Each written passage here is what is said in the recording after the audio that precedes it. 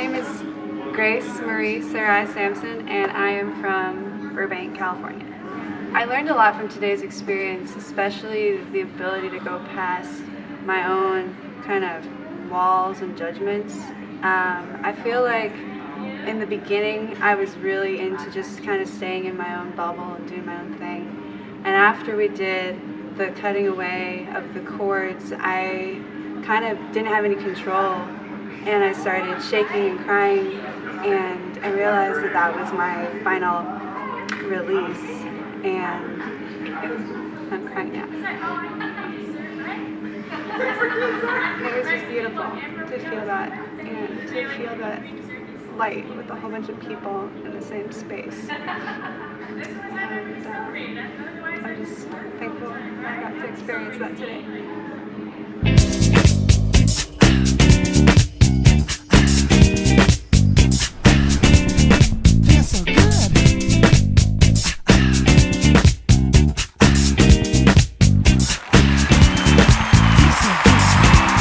Greetings, I am SRI Master Gano Grills for Galighticus.com, and thank you for joining us for another episode of Questions and Answers.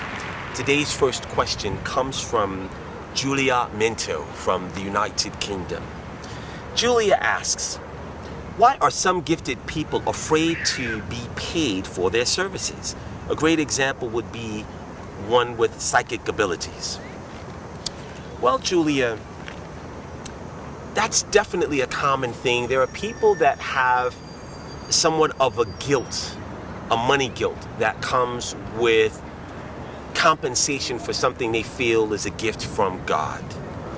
Here's the problem though. There is not a faction in the sky or in the heavens that's looking at the gift that they gave you and expecting you not to be recompensed for the latitude of what that gift is. That is a self-imposed ideology, an illusion, which is a derivative of, once again, the spirit of lack. There are people that have different associative conditionings that pertain to the trafficking of abundance in their life. There are people that sabotage and block the entry of abundance coming into their life, so much to the point that they will live way below their means and where they are destined to be. This is something that is created for many different reasons. The one thing that I want you to understand, Julia, is that it is up to the individual to comprise the type of life that one wants to live. And there is no law that says, that I know of, that it is cosmically illegal to be able to survive and make a living off of any of your gifts.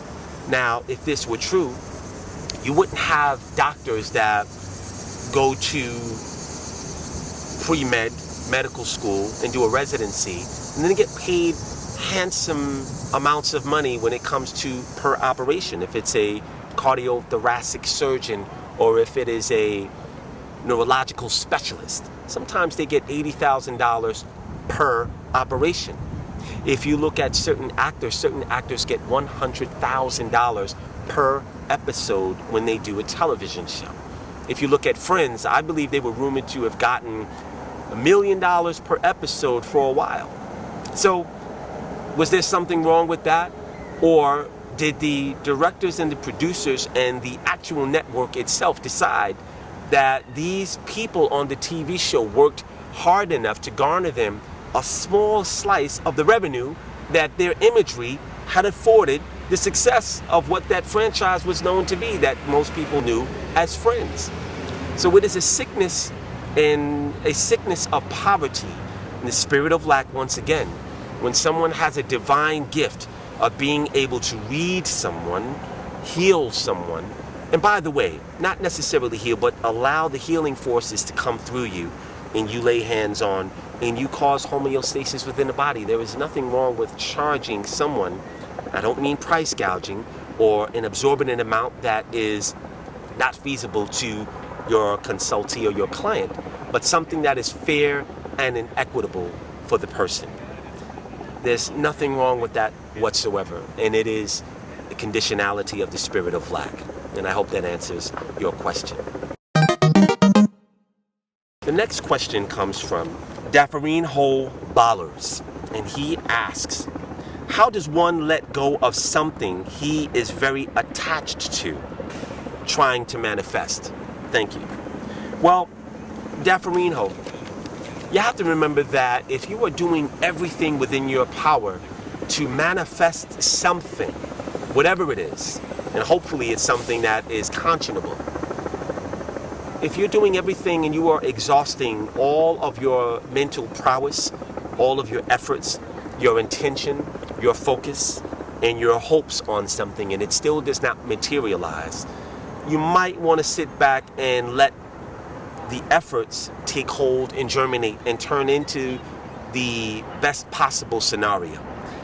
You could pray about it, you can do ritual about it, and if it still doesn't happen, then more likely than not, something is being forged that you might not have foreseen that is actually better than what it is that you are trying to manifest.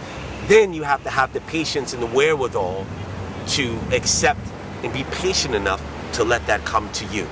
Let me give you an example. I am an actor. I had no intention on doing this, none at all.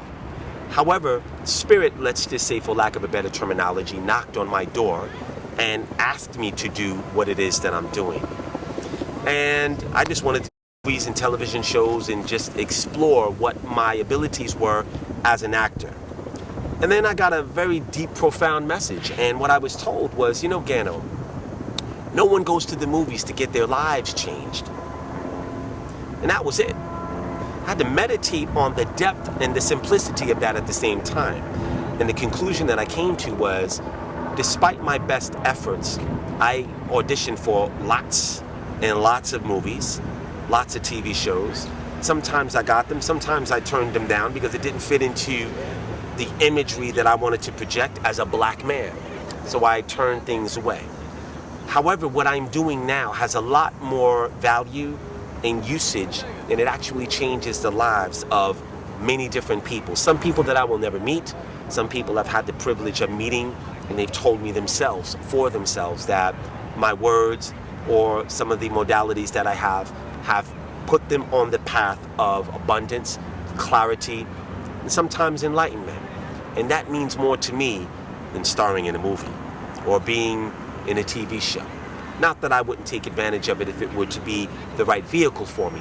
But my point is, I've had to move out of my own way and realize that a lot of the times the universe has something planned that's far better for you than the efforts that you were exhausting on something that does not serve your best talents and does not have the intention of what your agency has for you. Well, I hope this helps you. I am SRI Master Gano Grills for Galighticus.com. Don't forget to subscribe to the video, share this video with all your friends, and I'll see you on the next episode of Questions and Answers.